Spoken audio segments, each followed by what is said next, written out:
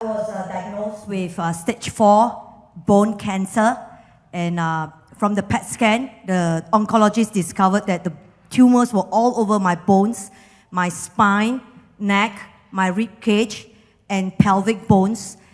In fact, there were so many tumors in the bones that the oncologist said that he couldn't count the number of tumors in my bones. He told me then, in March, it was incurable, and it's the final stage. In fact, the tumors has eaten up the spine, some of the vertebrae, and it has become hollow. And I was in excruciating pain. I couldn't lie down, I couldn't sleep, I couldn't eat with my right hand, I couldn't move. Even going to do the daily necessities in the bathroom, in the restroom was so tough, and movement was so restricted. And the oncologist told me then that he intended to do radiation on me to kill the pain first, to sustain me, and then to start chemo immediately.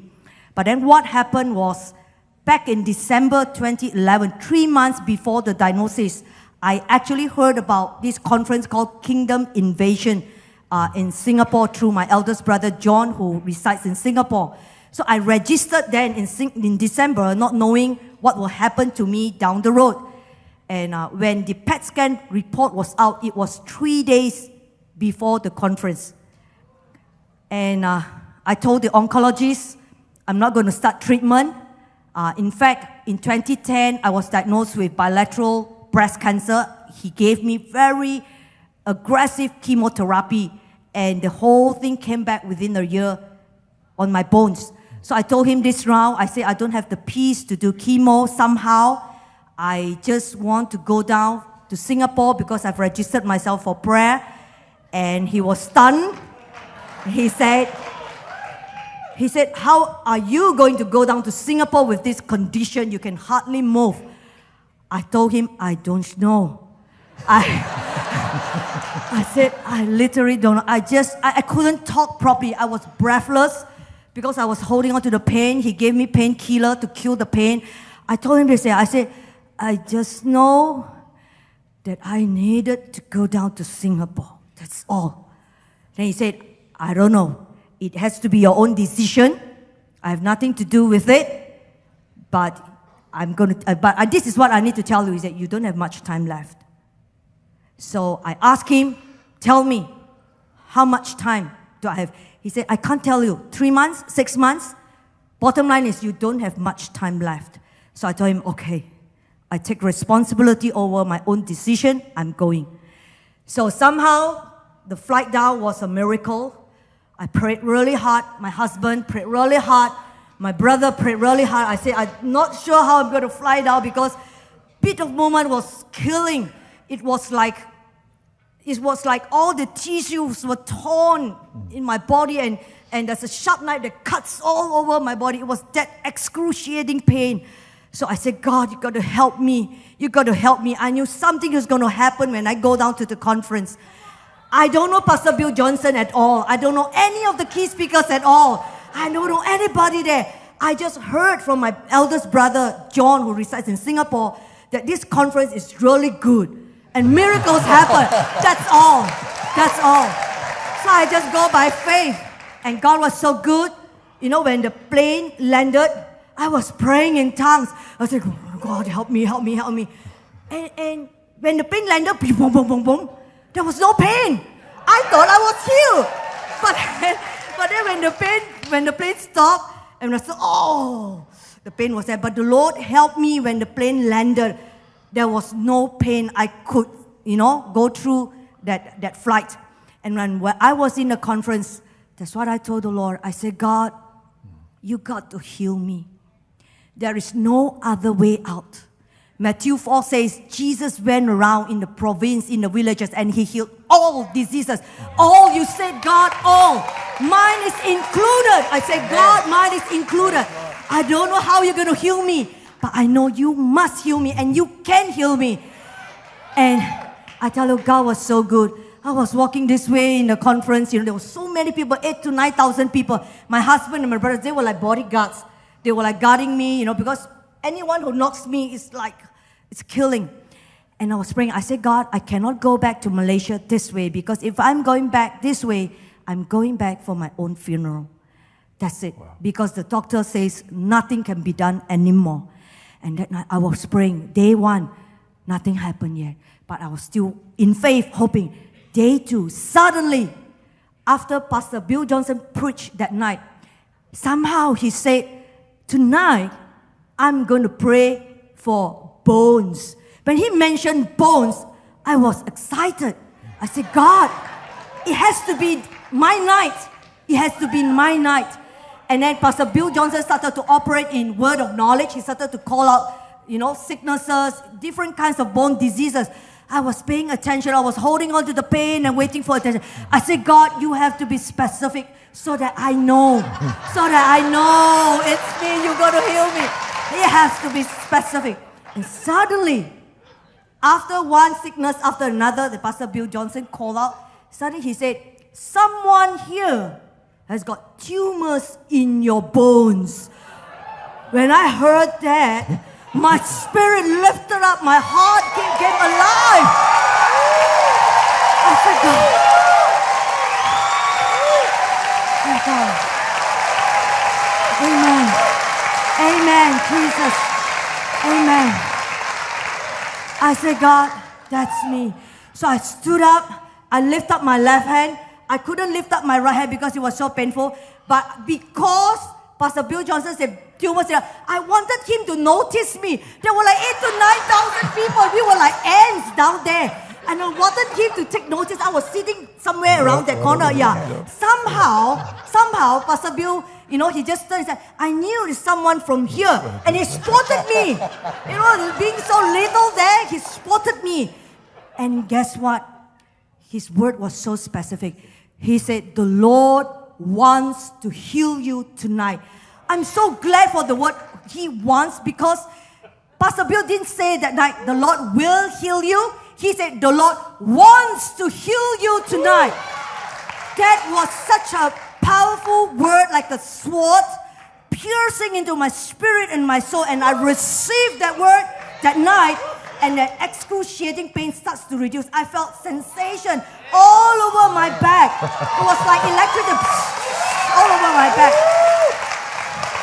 And that night itself, those who were healed, we were encouraged to start to do the movement that we couldn't do.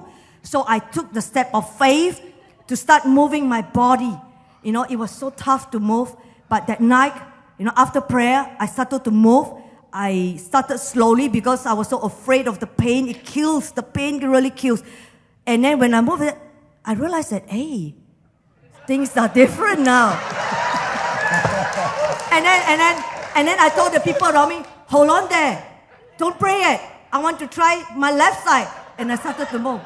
I said, I can move. And then I said, hold on.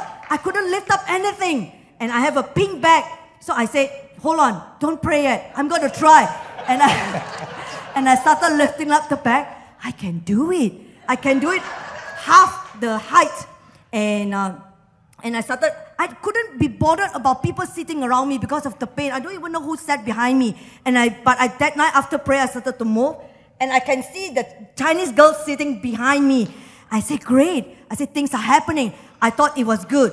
But the people around me reminded me, the speaker says that if God heals you, it has to be like, if you feel like it's 80%, then, it really works. And I desired for the 80%. And people started to pray, and I started to try it again, and I was able to lift up my hand up that night. It was amazing. It was amazing.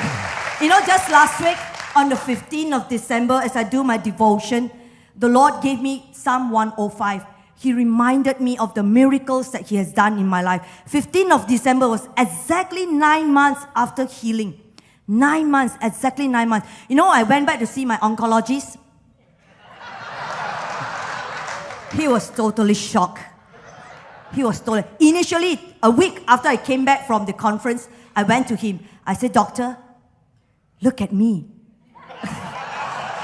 And he said, yeah, you're on painkillers, still on painkillers, enough of, painkillers. I said, I stopped taking the painkillers for a week already. Oh? I said, Remember I told you I went for prayer and Jesus healed me. I told him that.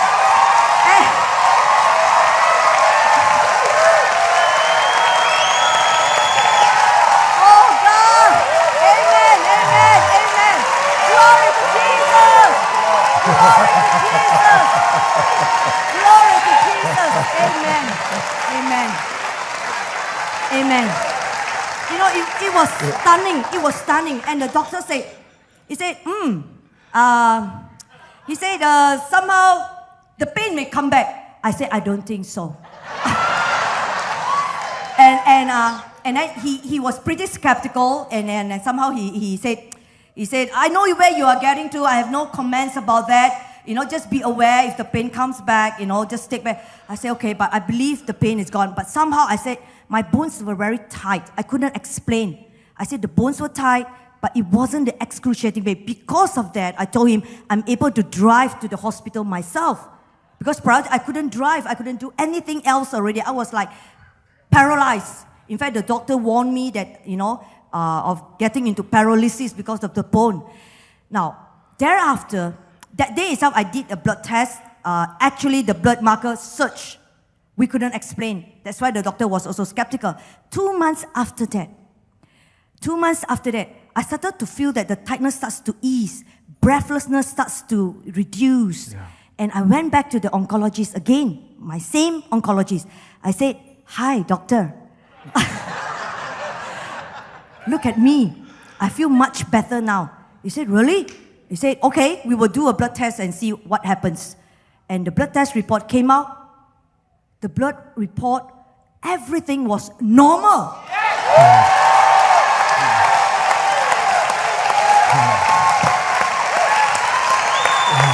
Only Jesus can do it. Yeah. The doctor was shocked.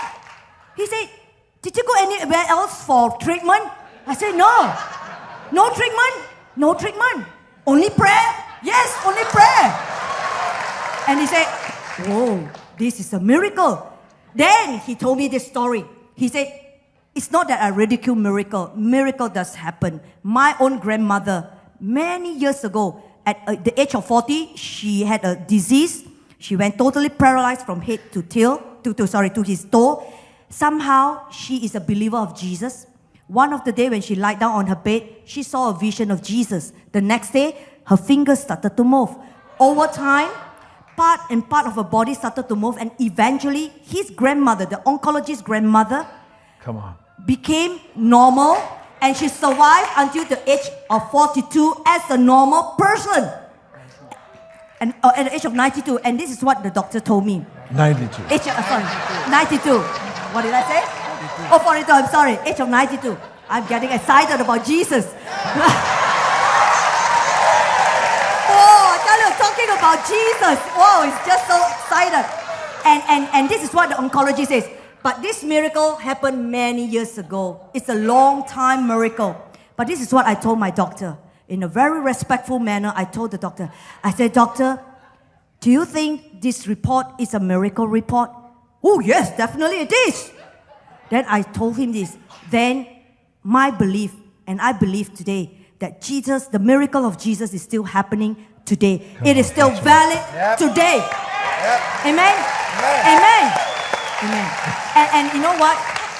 Somehow, my personal walk, you know, many people were very interested to find out what happened to my body because of the hollow spine, the pain, the breathlessness, the strength. But today, you know, I from March till now, I measure myself. The energy started to come back. I'm able to walk up slope 20 minutes, 30 minutes without, I'm able to jog little by little. I'm able to pick up things from 2 kg to 5 kg to 10 kg to 15 kg. I'm able to drive around. I'm able to go back to normal routine as a normal person. And in fact, I went to an oncologist, a Christian oncologist who witnessed my healing in Singapore. I went to her and said, what do you think, you know, should I go for a PET scan, you know, to somehow scan through my bones all over again? And this is what this oncologist told me. And I find that it was really a good word because it settles in me, you know, what I should be focusing on. She said this, a real medical oncologist from the medical science, this is what she said. She said, you have walked a different path. You are walking on water.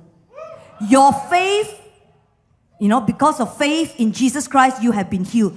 Why do you bother measuring yourself through PET scan? Because you are walking on water. How deep is the water doesn't matter anymore. Whether it's 10 meter deep, 5 meter deep, it doesn't matter anymore. Because you